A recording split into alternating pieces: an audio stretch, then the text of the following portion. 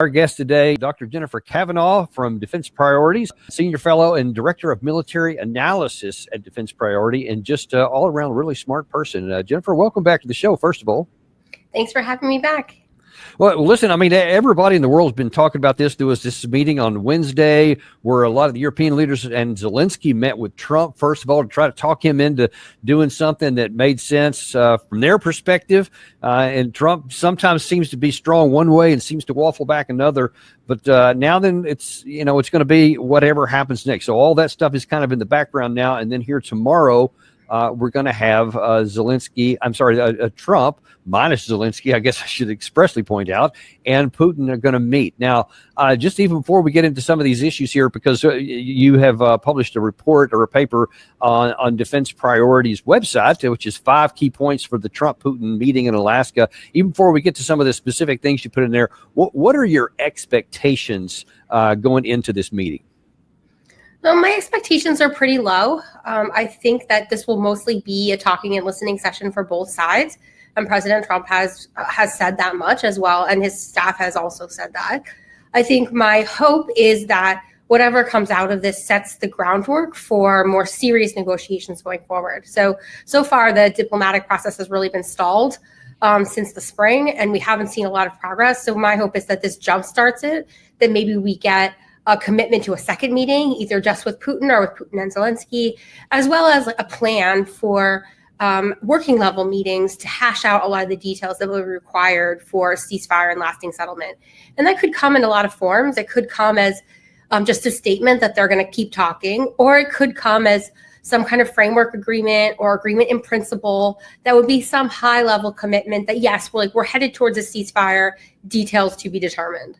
And it will just depend on how far they get in their discussions. And so I think that's sort of my expectation. There's obviously, higher outcomes, like better outcomes that would move more towards peace, as well as worse outcomes that would move us in the other direction. Now, what is your view or your assessment, maybe is a better term to put it, of what Trump is actually, what he himself hopes to get out of this? Because this process really kind of started several weeks ago when he said that Russia had 50 days to have an unconditional ceasefire or there would be economic hell to pay. And then he got aggravated apparently at Putin's response. And then he said, okay, no, actually it's 10 days. And if by 8 August we don't have an agreement on an unconditional ceasefire, then all these sanctions, bone-crushing sanctions, according to Lindsey Graham, were going to come falling down. And then right before that, 8th of August came and went with nothing. And now Trump's talking about this one here. And so far, he's only vaguely saying, if I don't get what I want out of this, then I might go back to sanctions. What can people take away from what Trump really thinks? Well, I mean, Trump is the kind of person who likes these bilateral summits. This is sort of the way he engages with fellow world leaders. So I think he's defaulting to a format in which he's comfortable. I think there are a couple of things that prompted a meeting right now. I think one is that Putin and Witkoff had a productive discussion last week in which Putin raised the idea of a meeting with Trump. And seemed open to discussions. I mean, that's not surprising. Putin gets a lot out of a face-to-face meeting with Trump. So it doesn't necessarily mean that he softened his position, but he did indicate, maybe some flexibility on some issues that he had been more hardline on in the past. So that's one possible motivation for Trump, is to sort of see where those flexibilities lie, where the red lines are. However, a more cynical view of the whole situation is that this is really sort of an attempt to delay and divert attention from the fact that Trump really doesn't want to impose sanctions on Russia. As you said, the deadline came on Friday and passed, and Trump was able to kind of dance around it by saying, oh, well, we're going to have this summit where we're going to talk.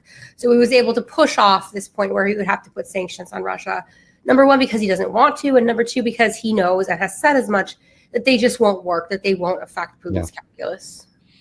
Well, if that's what's not going to work, let's take a look at what can work. Is one of the things I love about defense priorities and why I'm still employed there is because they're always focused on what's real, what's on the ground, and on what's in America's interest or vital national interest. And so I think that's kind of the spirit in which this paper was written here.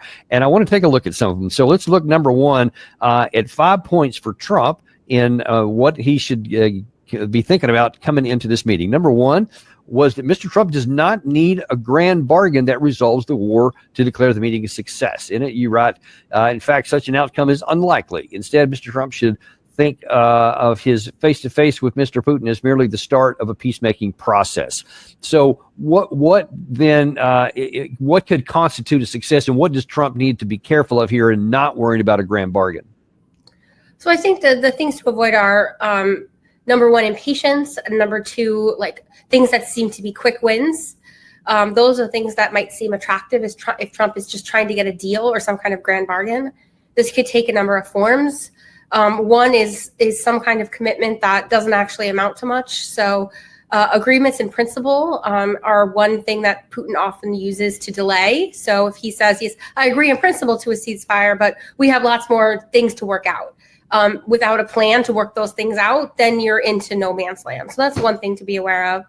I think another is just the awareness that, and I think Trump has indicated that he agrees with this, that Trump's leverage and ability to impose certain conditions on Ukraine is limited. So he can certainly pressure Ukraine into making concessions, and will probably have to.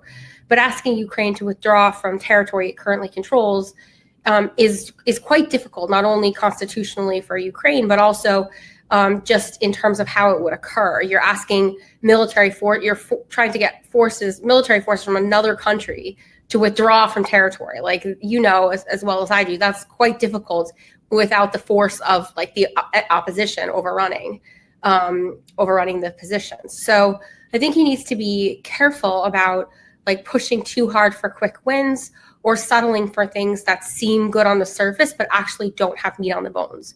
He'd be much better off walking away with really narrow, limited commitments that are concrete and finalized and actionable, so that things keep moving forward after this meeting.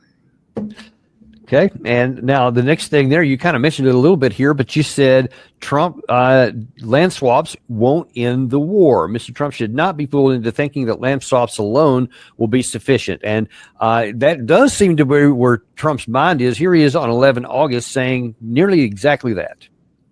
I was a little bothered by the fact that Zelensky was saying, well, I have to get constitutional approval. I mean, he's got approval to go into war and kill everybody, but he needs approval to do a land swap, because there'll be some land swapping going on. I know that through Russia and through conversations with everybody, for the good of Ukraine. Good stuff, not bad stuff. Also, some bad stuff for both. So there's good and there's bad.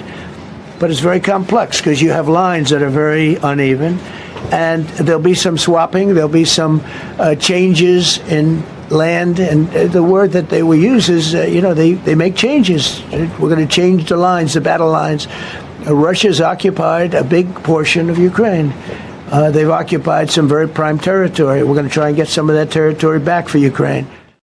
So you say land swaps won't end the war, but man, what Trump was talking about there is incredibly difficult and challenging for under any circumstances, much less these here. So what's your primary point there in don't thinking that's going to end the war?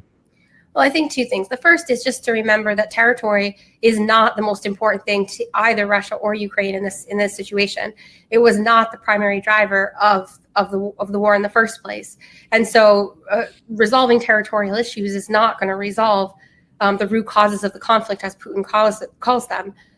Instead, the things that will need to be addressed in addition to territory are things like Ukraine's future security alignment, meaning does it have a potential future membership in NATO? Does it have a bilateral security guarantees from Europe, which would be another form of alignment? What's the size and shape of Ukraine's military going forward? Russia wants caps on it. Ukraine doesn't. What protections are in place for Russian minorities inside of Ukraine and for new elections, which Russia has asked for? Russia's not going to get everything it wants, but these are issues that will have to be worked through. I think the second key point to make, though, is that there are different types of land swaps here. So, and Trump seems to maybe be talking about both of them at the same time without making distinctions. There are sort of broad lands, like big land swaps, right? Like we withdraw from this big chunk of territory, and in return, you get this other big chunk of territory. Those are very, very difficult. Small adjustments to the battle lines after a ceasefire are very common. Like when a ceasefire occurs, the front line isn't even. Like it might be through the middle of a city, or it might be, through the middle of a forest. And it makes sense to move that line so that it's more rational, so that cities are on one side or the other, and big geographical features are on one side or the other, as well as to just make sure that, the territorial advantages, things like rivers and other barriers that can be advantageous to a defender are more or less equally distributed. So that type of rationalization of the front line is very common. And I don't think that will be something that has to be dealt with, but it's not hard in the same way that asking Ukraine to withdraw from the rest of the Donbass when it hasn't lost it yet would be hard. Yeah, indeed it would be. But then there certainly is going to be the pressure on the Ukraine side to come to whether they can come to the conclusion that, but giving this away here might be less problematic than having it taken on a field of battle where we don't get anything in return for it. So that would seem to complicate the Ukrainian side on that. Well, I think that's a really important point. Like, obviously, surrendering territory before you've lost it in battle is politically very difficult and distasteful. But I think the important thing to keep in mind, and that's looming sort of over these negotiations, is that things on the front lines in Ukraine are really quite bad for the Ukrainians. They have real personnel and manpower shortages that are really starting to have effects, in the sense that there are big gaps in the line, and Russia has recently, just this past week, been able to exploit some of those lines to make significant breakthroughs. They're gaining territory at a rate faster than almost any other time in the war right now. And in military conflicts like this, wars of attrition, when front lines start to collapse, they can cascade. So things can look kind of okay one day, and 2 days later have totally collapsed because you pass a tipping point.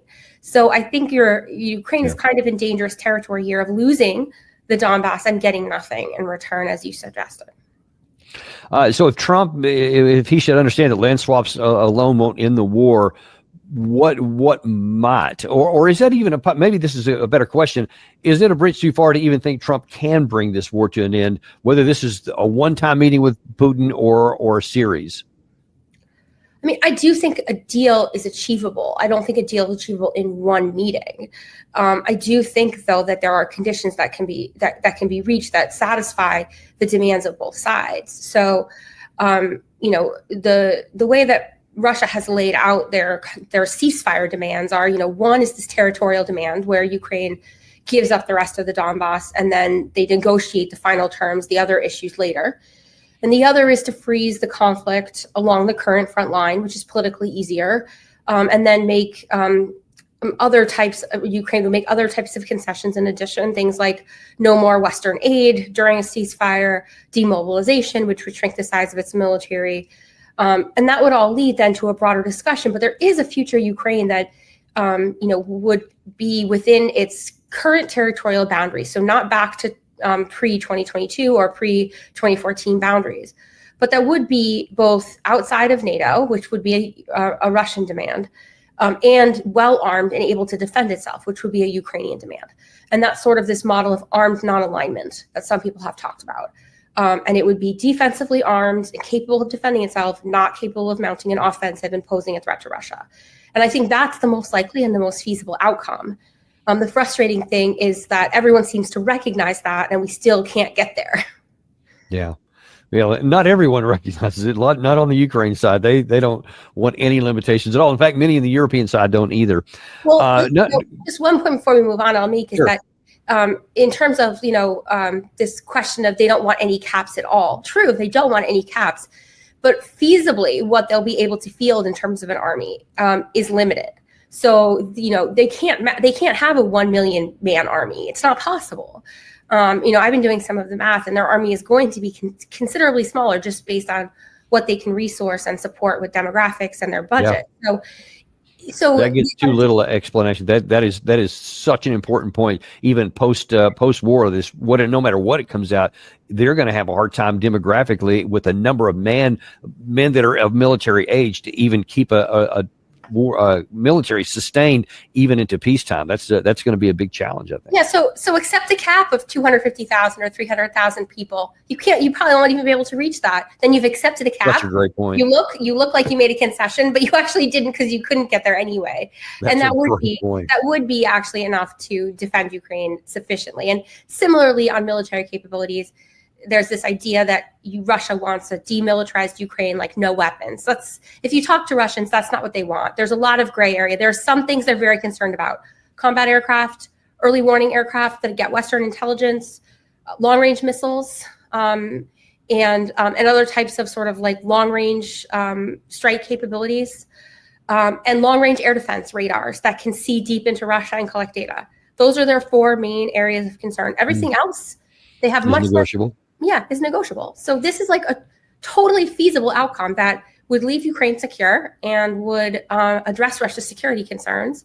It's just getting past where we are currently, which is why I find it frustrating, because it seems like it's just out of reach, Yeah, but if with a little bit of sanity and willingness to make difficult compromises, does seem to be achievable. But back to Trump again, number 3 on your list was don't overestimate your own leverage. What do you mean by that? Well, I think it's important for Trump to be realistic about where his sources of leverage are. He does have a good negotiating position.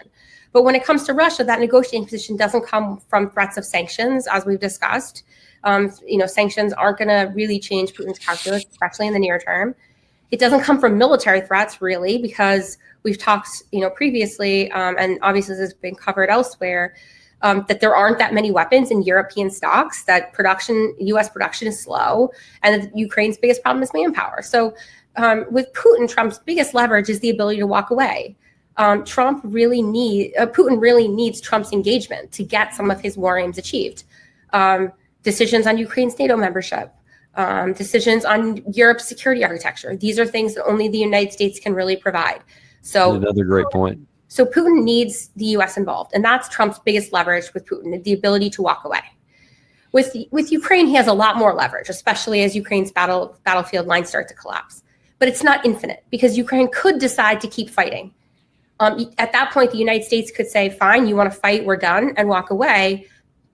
Which would be fine for U.S. interests, but it does not address Trump's desire to have peace. So that's not useful for Trump if that's the goal.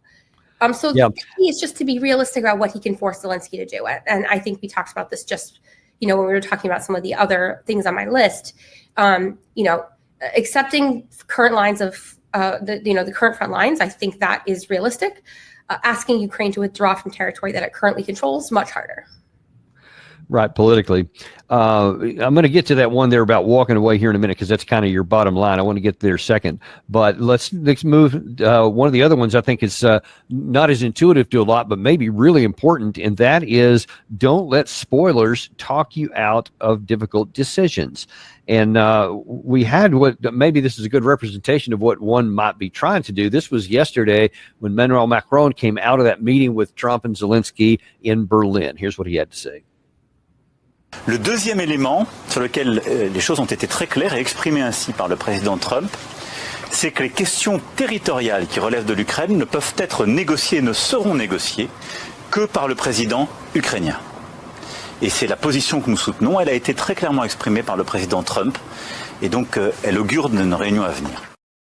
Except, of course, that the Russians came out and said, yeah, we're not even talking about that, about us giving away anything in these talks coming up. So if you have the French saying, hey, this needs to be a key part of it, Trump, when you talk to him on Friday. And so that would seem to be, if they talk Trump into that would seem to be a problem. What do you mean when you say don't let others talk you out of difficult decisions? Well, I mean, since the beginning of Trump's second presidency here, we've seen resistance to his efforts to reach out to Russia. Every time he tries to reach out to Russia, it elicits wails of complaints from Europe and from other quarters about how this is appeasement and Trump is giving Ukraine away and you can't negotiate with Putin, et cetera, and keep coming back to the same maximalist demands. Ukraine must have binding security guarantees. Ukraine must have NATO membership. Ukraine cannot sacrifice any territory. And to me, this is just a recipe for never-ending war because those ends will never be achieved. Just feasibly, we may want those things to happen, but they're just not going to happen given battlefield realities. And Putin is never going to settle the war after all this time and then give up on the key things that he fought the war for in the first place. So these are just non-starters as conditions for peace. And so for me, this is just a recipe, for never-ending war. And in my view, the Europeans, by putting this forward, a benevolent view is that they have Ukraine's best interests at heart, and maybe they do to some extent.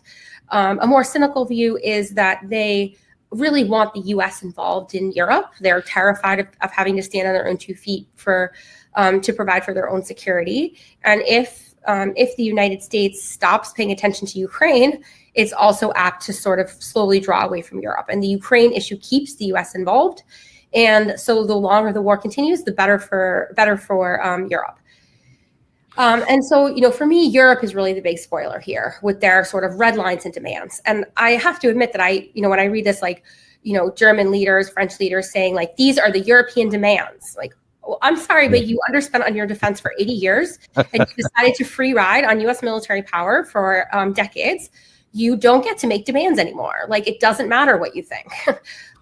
You're just being blunt. Yeah, I mean that's just where it's at, and hopefully President Trump will adopt that very view.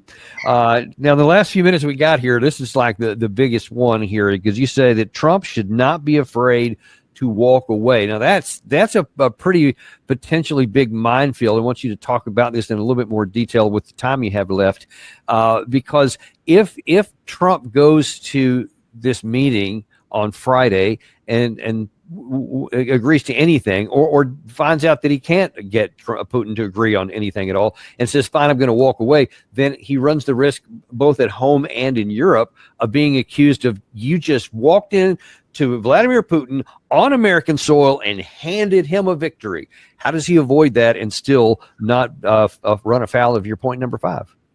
So I think just to keep coming back to U.S. interests, the U.S. interest in Ukraine is very small. The U.S. had an interest in preventing Russia from overrunning Ukraine, and it accomplished that goal.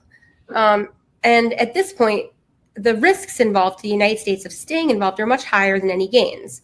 I see the risks as 2. The first is it continues to drain U.S. military capacity, readiness, and materiel.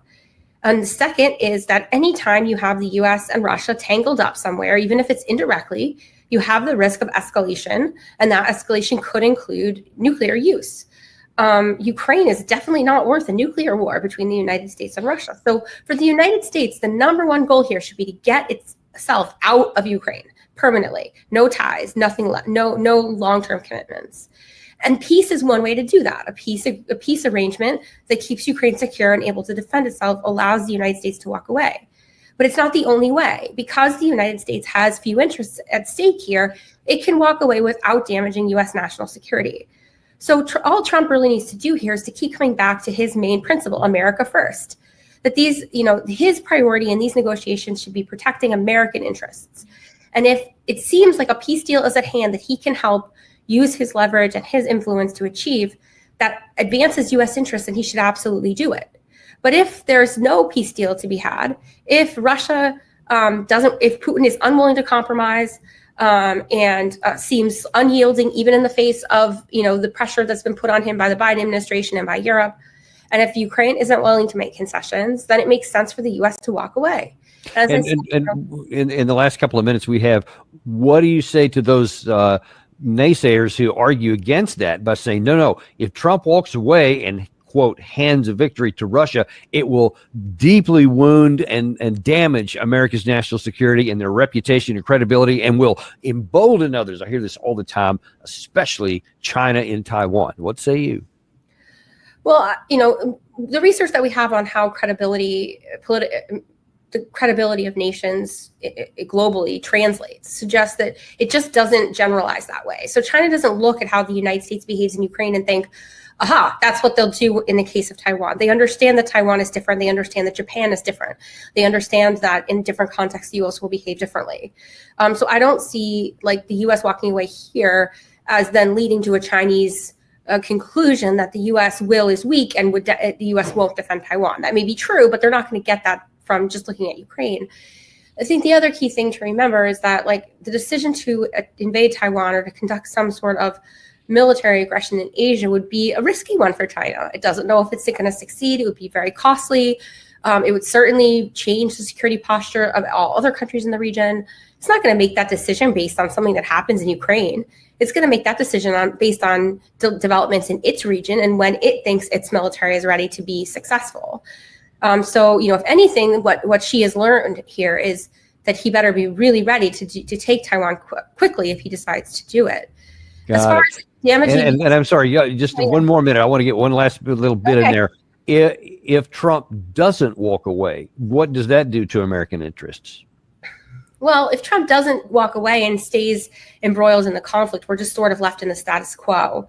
I think the worst case outcome is if Trump commits the United States and gets it more deeply involved. I think that would be hard to do with just Russia in the room. I'd be more concerned if he was somehow, negotiating with Ukraine and offered binding security guarantees or something else like that. So I guess for me, the worst case scenario here is not all that bad. It's just that we go back to the sort of status quo of, failed diplomacy and continued war. And that is a possibility because Russia is still gaining on the battlefields and has mixed incentives here to make real concessions. Well, I guess we're going to find out tomorrow, and hopefully President Trump listens to all 5 of those, especially the last one. 5 key points for the Trump-Putin era. That's we've got that listed on our explanation here on the description section if you want to go find it, or just Google it. It's a great big read. Thanks so much, Jennifer, for coming on today. We, as always, really appreciate your views. Thank you. And we thank you guys too very much. We're going to keep a close eye on everything that's happening in between here and Alaska on Friday, and you can count on Daniel Davis Deep Dive to bring it to you. Thanks very much. We'll see you on the next episode of Daniel Davis Deep Dive.